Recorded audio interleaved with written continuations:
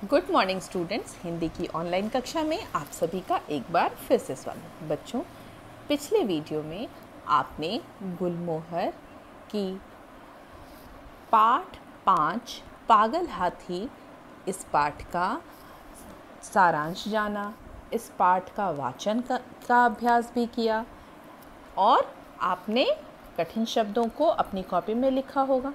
उम्मीद है आपने ये पूरा कर लिया होगा और शब्दार्थ को भी लिखा होगा। आज हम इस पाठ के प्रश्नोत्तर, लिंग, वचन, विलोम, पर्यायवाची, खाली स्थान, संक्षिप्त एवं विस्तृत प्रश्नोत्तर का अभ्यास करेंगे। तो आइए अभ्यास प्रारंभ करें। वैसे तो इन कठिन शब्दों को आपने अपनी कॉपी में लिखा होगा, पर मैं एक बार पुनः आपको इन शब्दों से रूबरू कराऊं, इन सभी शब्दों का दोबारा से अभ्यास कराऊं और जो बच्चे नहीं लिख पाए होंगे वो इस वीडियो के माध्यम से लिख लेंगे। आपको पेरेंट पोर्टल में, कैंपस केयर में ये असाइनमेंट में मिला हुआ है और अगर आप नहीं ढूंढ पाए हैं तो इस भाग में भी आपको, इस वीडियो के इस भाग में भी और इस असाइनमेंट में भी आपको ये सारे कठिन शब्द और शब्दार्थ ये भी दोबारा से दिए जा रहे हैं। पाठ 5 पागल हाथी। कठिन शब्द 3 बार अपनी कॉपी में लिखें। मिजाज, चिंगाड़ता, जंजीर, चट्टान, सूंड, रौंदकर, ढिंढोरा, हिम्मत, मस्तक, थपकियाँ। और आप इसी तरह इन शब्दों को 3 बार अपनी कॉपी में लिखेंगे। कठिन शब्द के बाद अब शब्दार्थ की बारी। शब्दार्थ का भी अभ्यास दोबारा किया जाए। शब्दार्थ: खास, विशेष, सुध, होश, महावत, हाथी, आड़, ओट या पर्दा, लालच, लोभ, थपकी, हथेली से थपथपाना, सवारी, वह चीज़ जिस पर सवार हुआ जा सके, पदवी, उपाधि, ओहदा, रौंदना, कुचलना, मस्तक, माथा, आगे का सिर। कठिन शब्द व शब्दार्थ के बाद बारी लिंग परिवर्तन की। लिंग परिवर्तन यानी लिंग बदलना। राजा, रानी, हाथी, हथिनी, आदमी, औरत, बालक, बालिका, पिता, माता।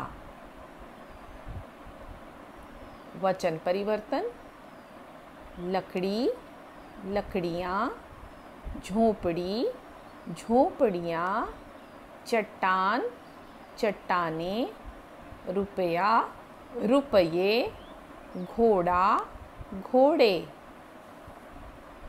विलोम शब्द: दया, निर्दयता, डरपोक, निडर, धनी, निर्धन, आशा, निराशा, समझदार, नासमझ। पर्यायवाची: हाथी, गज, हस्ती। राजा, भूप, नृप, रास्ता, पथ, मार्ग, सूरज, भानु, सूर्य, पाँव, पद, पैर। खाली स्थान भरो।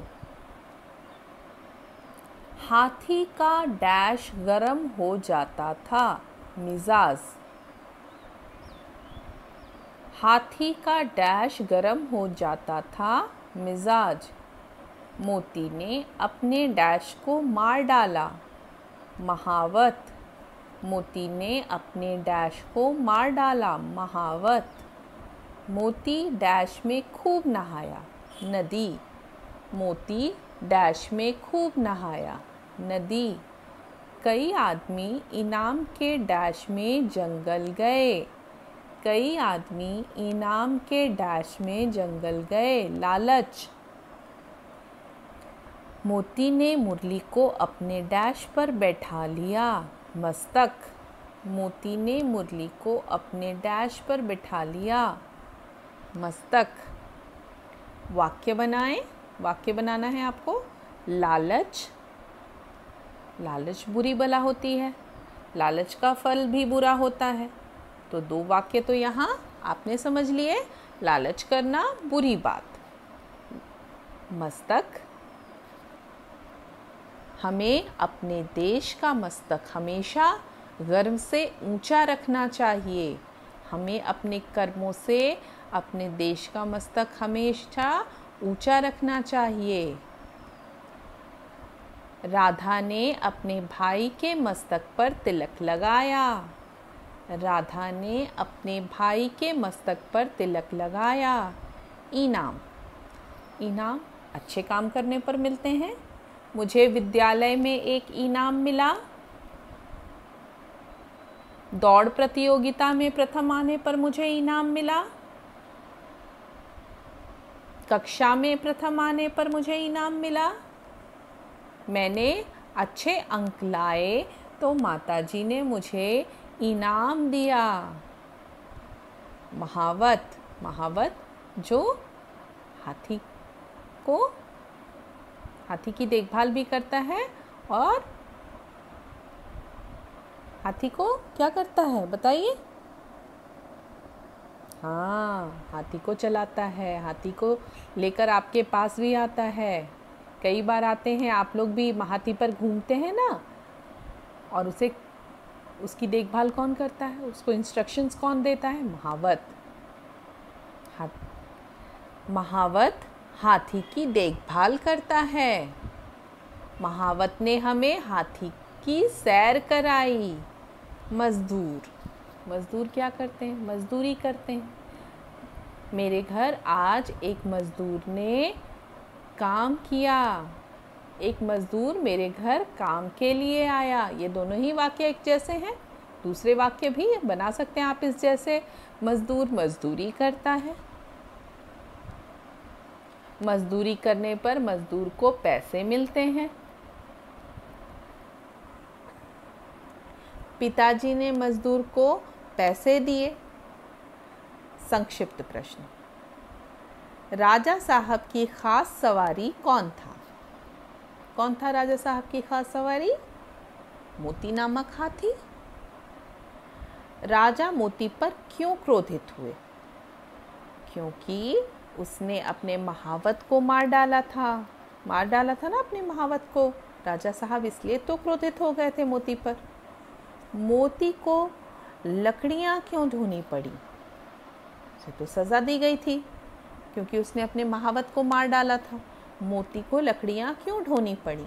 अपने महावत को मार डालने के कारण उसे सजा दी गई थी ना, अपने महावत को मार डालने के कारण, इसलिए तो उसे लकड़ियां ढोनी पड़ी थी। मोती को किसकी तरह लकड़ियां ढोनी पड़ती थीं? किसकी तरह लकड़ियां ढोनी पड़ती थीं? कुलियों की तरह। कुली का काम था लकड़ियां ढोने का, और उसकी तरह ही लकड़ियां मोती को ढोनी पड़ती थीं। मोती को किसकी तरह लकड़ियां ढोनी पड़ती थीं? कुलियों की तरह। मोती ने किसे मार डालने की कोशिश की? राजा साहब को। महावत को तो उसने मार ही डाला था। महावत को तो मार डाला था। मोती ने किसे मार डाला? महावत को। पर किसे मार डालने की कोशिश की?